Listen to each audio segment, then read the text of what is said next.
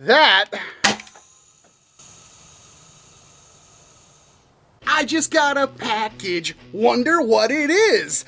I just got a package and Freddy looks pretty peeved. Yes, this one comes all the way from Australia.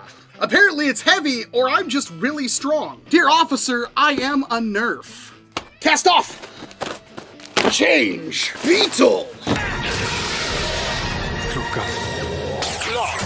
Things. What's in you? Oh my gosh. Well, I can kind of tell what's in you. Bunch of darts. And this is called the Dome. It looks familiar because it's basically a slab. However, I was told virtually every single part of this blaster has been modified. And that is a sick looking B car. Holy. Is that a metal trigger? Oh my goodness. All right, so before anything else,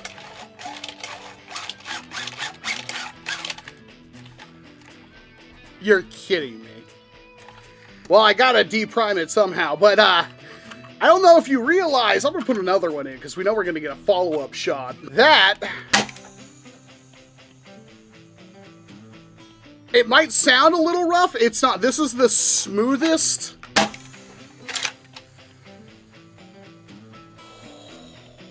I'll be in my bunk. And one more.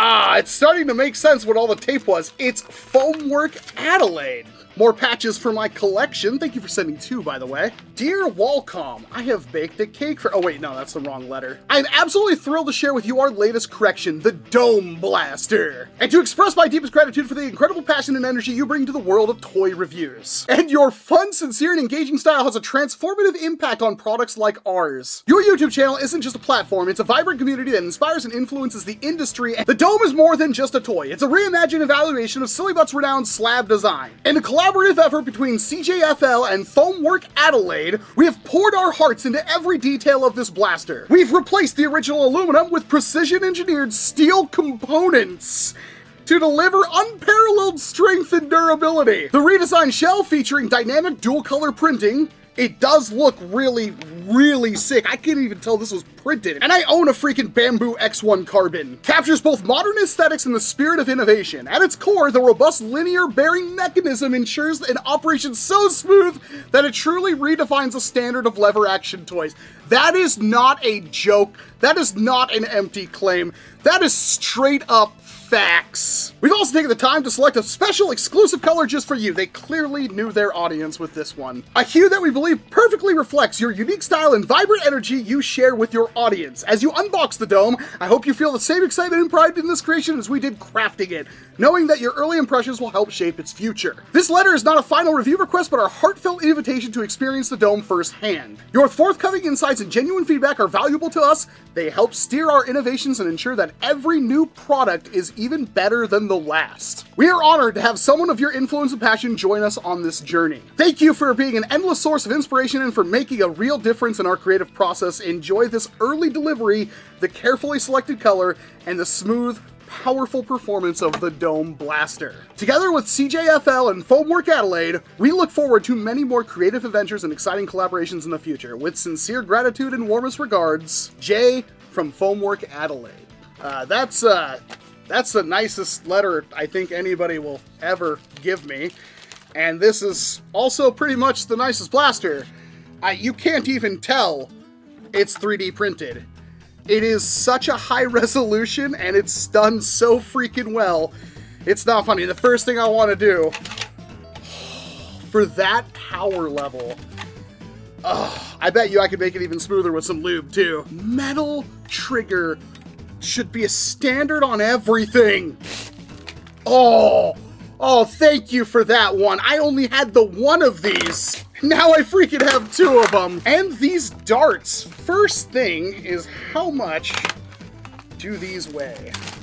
Don't ask why I have a scale just sitting around. It's for Beyblades. 1.1 gram on the dot. 1.1 gram? 1.1 gram. These are exceptionally nice little darts. Jump cut next day. I've spent some time with it. First things up, velocity. This thing hits pretty hard. It is definitely not the hardest hitting blaster there ever was, and there's no doubt in my mind you could make it hit harder, but the configuration that was sent to me with Adventure Force Pro Darts, I hit Well, probably some of the craziest variations I've ever seen, because this thing hit anywhere from 130s to 190, which if you were trying to be accurate with this, you simply couldn't. But of course, this is a highly specialized blaster, which is the reason why they sent along some premium ammo, and the differences are quite blatant. The standard deviation using the Saber T-Darts, which a lot of people are raging about how good they are right now. I have no idea how much they cost or how obtainable they are. It is definitely a premium ammo though, and we'll show you why Adventure Force Pro Darts just simply aren't the best. They're just really easy to get a hold of. Was 3.24. This blaster hit comfortably. The lowest was 176. The highest was 188.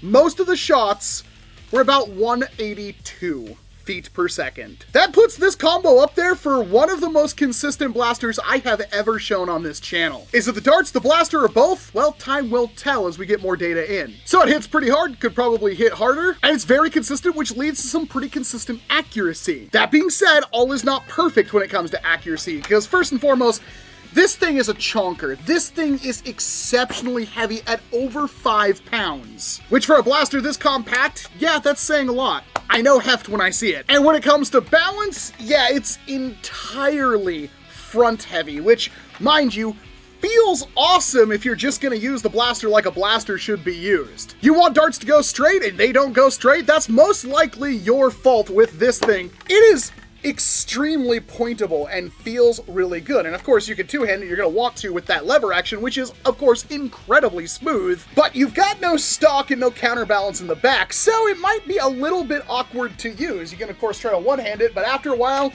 yeah, you're gonna feel it. And I found in my testing that made it a little awkward and did impact my performance when it came to consistent accuracy. I do think within like 75 feet, you wouldn't struggle to hit your target. In fact, you could probably call your shots at that point. Past that, when you're actually trying to be precise with it, that's where you might run into some issues and may need a little bit of luck on your side. The other thing not doing you a whole lot of favors when it comes to accuracy is the trigger, which is metal and awesome, but being based off the slab, it has trigger linkage that runs all the way back here, all the way up to the front, and they did their best to mitigate that, but that does lead to a pretty hefty trigger pull. Much better than the standard slab, still far from perfect. So while I was still able to get some pretty good scores with this thing, I felt like I could have done better.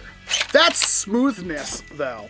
Man, that never gets boring. Being Talon magazine fed gives you a lot of magazine options, although I am quite partial to the little guy that they included with the blaster, because that just looks sick. And honestly, against my better judgment, I looked at the price, because I had no idea what they were going to charge this thing, and it was 300 Australian dollars, which rounded out to about $190 US before shipping. That is a very good price for this thing. That is actually an excellent price for this thing. I really like the design they have going on here, but I do have one complaint that I kind of hope gets addressed, but I understand why they wouldn't. Well, technically two. The first thing is the lever.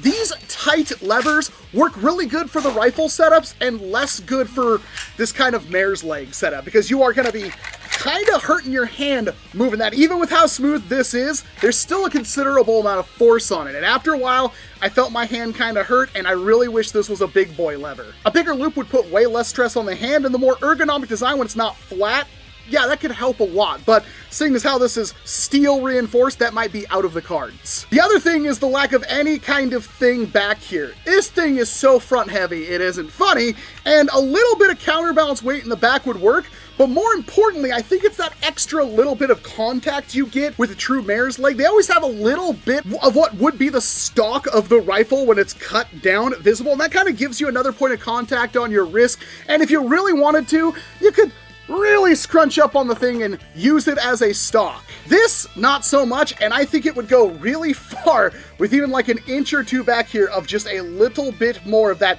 stock bump to kind of help that out, and perhaps even unlock a way to put a counterweight in the back of it. That would increase the weight of the overall blaster, but I think just having a little bit more weight in the back would really help bring this thing together. But of course, with designs like this, you can't really add something without taking something away. It would add to the overall length of the blaster, it would add to the overall weight, and of course, that would also impede your draw somewhat. So I completely understand if I'm one of the only people that want that and nobody else really thinks that's important. But they asked for my feedback, and if you agree, you can let them know down in the comment section, because I'm sure they'll be reading them. But with what I have right here, where does this blaster fit? For one, I feel it can really fill a secondary role pretty comfortably. It's not a sidearm or anything like that, but if this was dangling off your hip in a holster or something like that, or you had this mounted to your back or even to your thigh, I feel it would be a very effective swap in some loadouts. Of course, this would make a very effective primary as well. There you go. Less stock, more maneuverability, less barrel, more maneuverability. Keep this thing pretty close to you, can delete targets at a range, can doink them pretty easily up close, has some customization and flexibility with like adding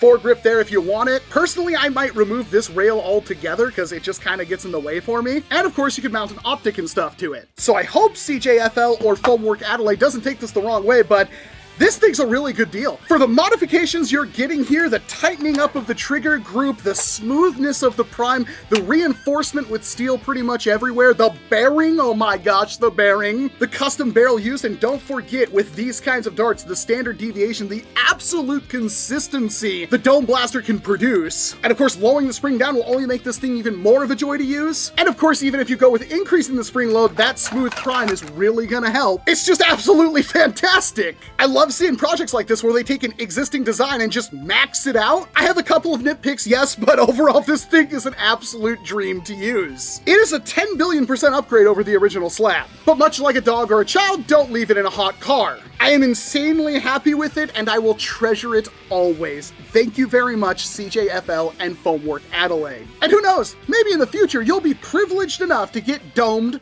by my Dome Blaster.